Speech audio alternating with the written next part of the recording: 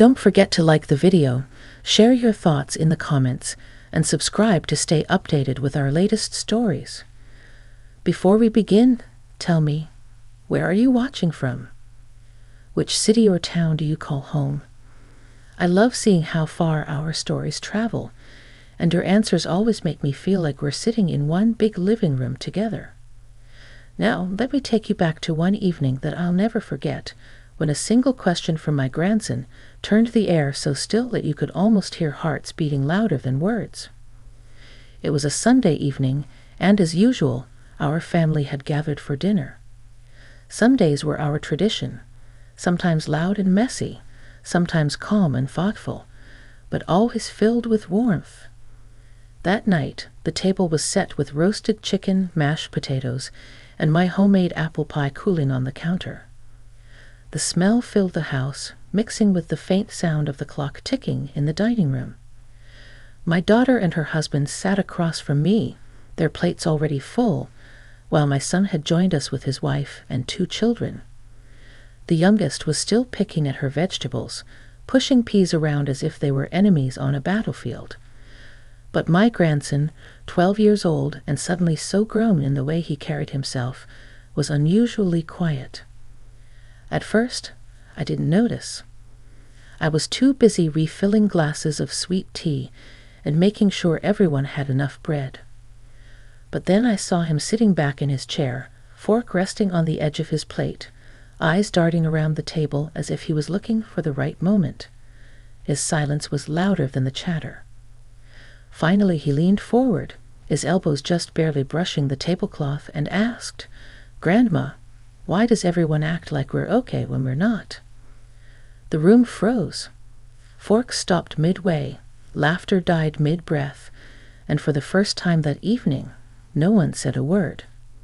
Even the clock ticking in the corner seemed too loud. I looked at him, his eyes wide with a mix of innocence and wisdom far beyond his years. My first instinct was to ask what he meant, to gently guide him back to something simple, something safe. But I couldn't, because I knew. Children see more than we think. They hear the whispers behind closed doors. They notice the pauses in conversations, the sighs when someone thinks nobody's watching. My grandson had seen what most of us had been trying to cover up with small talk and polite smiles. My daughter lowered her eyes to her plate, fiddling with her napkin. My son cleared his throat, as if words might come but didn't. And me? I felt the weight of every unsaid truth pressing down on my shoulders.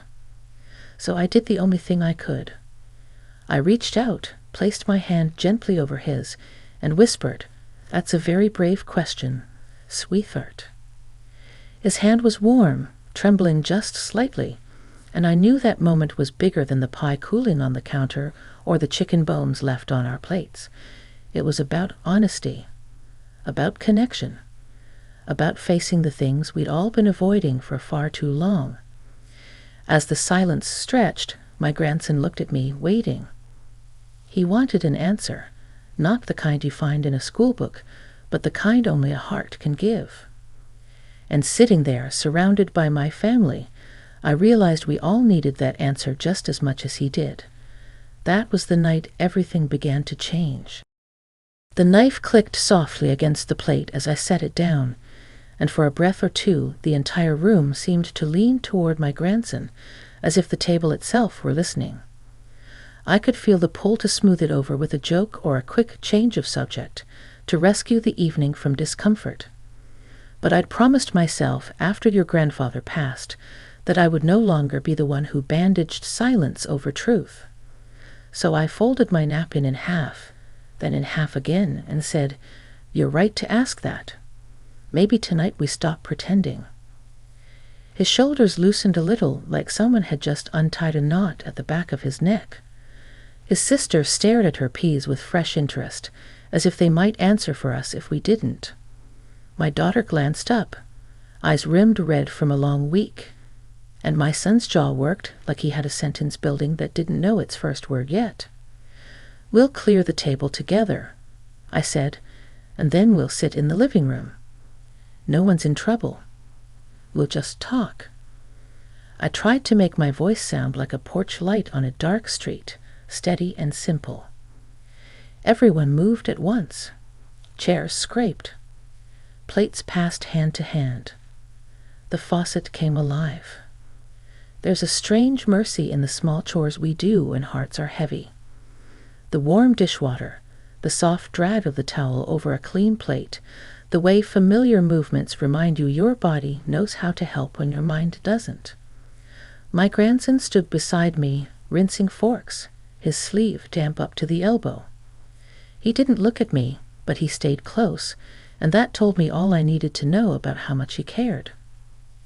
In the living room, the lamp by the window cast a buttery light over the old rug with its faded blues and reds. I sat on the edge of the sofa. The children took the floor. My son and daughter chose the armchairs like they always had, opposite corners, both pretending that the distance between them was simply habit. "Here's what I think," I began. "We don't have to fix everything tonight, but we can stop lying to each other with our smiles." I reached for the wooden spoon I'd been using earlier and held it up. "Whoever holds this gets to speak. Everyone else listens. We don't interrupt. We don't try to solve. We just hear." My grandson picked at a rough edge in the rug, then nodded. "Can I go first?" I handed him the spoon. His fingers curled around its handle, too big for a boy and too small for a man, that in-between place where every truth feels like a mountain to climb. He inhaled, slow. "I hear people arguing in the kitchen when you think we can't," he said. "I hear grown-ups saying things are fine and then not talking the next day. And when I ask if something's wrong, everyone says no. It makes me feel like I'm not part of our family, like I'm too young to know the real version." No one moved. We didn't need to. He'd just drawn a map of our house that showed all the locked doors. I leaned forward, elbows on my knees. "Thank you," I told him. "You're part of this family, and you deserve the real version." He passed the spoon to his mother. She turned it in her hands as if the wood itself might point in the right direction. "I am tired," she said, and the words were so plain and honest that I felt my eyes sting. "I'm not sleeping well. Work's been relentless. And your father and I—" Here she glanced at her husband, who kept his eyes on the lamp's shade. "We're trying to figure out some things. We're seeing a counselor. We didn't want to worry you, but that just made it worse, didn't it?" My grandson nodded. He wasn't triumphant. He was relieved. She passed the spoon. It came to me, and I could feel the room waiting, not just for comfort, but for an example. I held the spoon, feeling the worn place where countless soups had been stirred. "I talked to your grandfather some nights," I said. The children looked up. Out loud, like he's just in the next room. "I tell him I'm brave when I'm not. I tell him the house is fine when the roof leaks. I tell him that some days feel like Sundays again, except they don't. I realize I've tried to make this table strong enough to carry what we won't name. And that's not fair to a table." I smiled a little. Or to any of us. My son shifted forward in his chair, elbows on his knees. He had your grandfather's hands, broad, square palms, knuckles like little hills. "I got passed over for the promotion," he said, 2 months ago. I didn't tell anyone because I didn't want to be the one who brings the cloud into the room." He exhaled. "But the cloud came anyway. I bring it in my shoulders." The children listened with a seriousness that made me proud. My granddaughter reached for her brother's wrist and left her hand there, just resting. The way kids do when they still remember that touch is a language. We went on like that, around and around, the spoon moving as if it knew each person's turn before they did. The words weren't fancy. They were small and true. The kind of words that fit in the mouth without cutting. No villains, No speeches, just the small courage of naming things. When the spoon came back to me, I said, "We can make a rule if you want. At this table, we tell one true thing before we pass the salt. It doesn't have to be heavy. It can be as simple as, 'I'm worried about Thursday,' or 'I miss how Grandpa whistled when he watered the plants,' or 'I'm scared I'll never learn to parallel park.' The point is that we practice the muscle of saying a thing and staying together after." My grandson laughed, soft, grateful. "I'm scared of public speaking," he admitted, sheepish, then grinned. "But I guess I just did it." "You did," his mother said. "And you helped us start." Outside, the wind lifted the maple leaves, and their shadows fluttered across the wall like quiet birds. Somewhere down the street a dog barked twice and fell silent. The pie on the counter had finished cooling. The air in the house felt different, not fixed, not solved, but aired out, like someone had finally opened a window that had been stuck shut. We returned to the dining room without ceremony. Plates reappeared. Someone cut the pie in wide, uneven slices. No one complained. The sweetness filled the pauses that used to feel like cliffs, and now felt like plains we could cross together. My grandson chewed slowly, looking like he was thinking of something else. "What happens next?" he asked, fork hovering. It wasn't a challenge.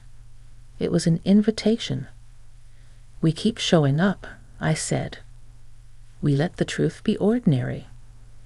We remind each other that love can hold more than happiness." My son nodded, a small movement, but it traveled through the room like a warm current. My daughter wiped her eyes with the back of her hand and laughed at herself. The children asked for seconds. The clock resumed its steady counting as if, satisfied with our admission, it was happy to keep time for us again. After everyone left, the house settled into its nighttime sounds, the hum of the refrigerator, the occasional sigh of the old pipes, the soft complaint of the stair when I climbed it. I stood in the doorway of the spare room where your grandfather's jackets still hung, their sleeves touching like old friends. I didn't speak to him that night. I didn't need to. Instead, I listened to the quieter new sound in the house, the echo of our own voices, truthful and gentle, finally filling the spaces where pretending used to live. Before bed, I wrote a few words on an index card and taped it inside the cabinet where I keep the good dishes. It said one true thing. Tomorrow, we'll try again. And the day after that. And the day after. Not because we're broken, but because we're worth the practice. Down the hall, my phone chimed with a message. A picture arrived, my grandson, already home, holding a piece of notebook paper. In the photo he'd scrawled, "Tonight," I asked, and they answered. He was smiling the shy smile he reserves for small victories. I wrote back, "You asked, and we listened. That's how families get strong." I turned off the lamp. The room went soft and dark. Somewhere in the neighborhood, another porch light flicked on, and I imagined other tables, other families, making the same quiet choice we had made, to trade perfect for honest, and to see what grows in that kinder soil. I didn't know what tomorrow would bring, but I knew we'd meet it with fewer shadows, and that felt like the beginning of something worth holding on to. The following morning, sunlight spilled through the kitchen curtains, turning the table into a patchwork of gold. The night before still lingered in me, like the warmth of a fire after it's gone out. I moved slowly, setting out mugs, pouring coffee, listening to the house breathe. It felt lighter, as if someone had quietly swept away the dust we'd been pretending not to see. My grandson came by after school, his backpack bouncing against his side. He wasn't loud or hurried. He just sat down, pulled out an apple, and started munching like it was the most ordinary thing in the world. But then he looked at me, his eyes clear and steady, and said, "Grandma, Do you think it'll last? The way we talked last night. I stirred my tea, watching the small circle it made in the cup. Lasting doesn't happen all at once, I told him. It's like planting a seed. You water it every day. And even then, it takes time before you see anything. He chewed thoughtfully, then nodded. So, one true thing, every day. That's right, I smiled. One true thing. That evening, when the family gathered again, there was no grand announcement, no spoon passed around the circle. But little things showed the change. My daughter admitted she had a rough morning at work, and my son mentioned he was nervous about an upcoming meeting. Small truths dropped gently into the air, and no one tried to hide them. The silence wasn't heavy anymore. It was softer, the kind that makes room for breath. My grandson leaned back in his chair, satisfied in a way I hadn't seen before. And I realized his question had done something no adult had dared to try. It had broken the surface. We were only beginning, yes. But beginnings, I thought, are worth more than we give them credit for. And in that moment, I believed, truly believed, that maybe this time we would keep watering the seed. The week went by gently, almost quietly, as if the house itself was adjusting to its new rhythm. At dinner, we didn't force anything. No big talks, no heavy questions, but the honesty slipped in naturally. My granddaughter mentioned she was afraid of speaking up in class. My daughter admitted she was worried about bills, and my son confessed he'd been thinking about changing jobs. Small truths, spoken without shame. One evening, as we cleared the dishes, my grandson tugged at my sleeve. "Grandma," he whispered, "it feels better now. Like everyone's breathing the same air." I touched his cheek, smiling. "That's because you asked the question none of us dared to."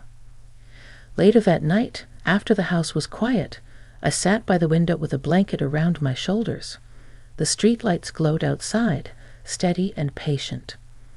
I thought about how one child's courage had reminded us all that love isn't about pretending. It's about staying when the truth is spoken, about choosing each other even when it's hard. The silence in the house no longer felt heavy. It felt safe. And I knew, from that moment on, our family would carry his question with us, not as a burden, but as a light we could return to whenever the shadows crept back in. The room may have gone silent that night, but from that silence, something honest and lasting had begun.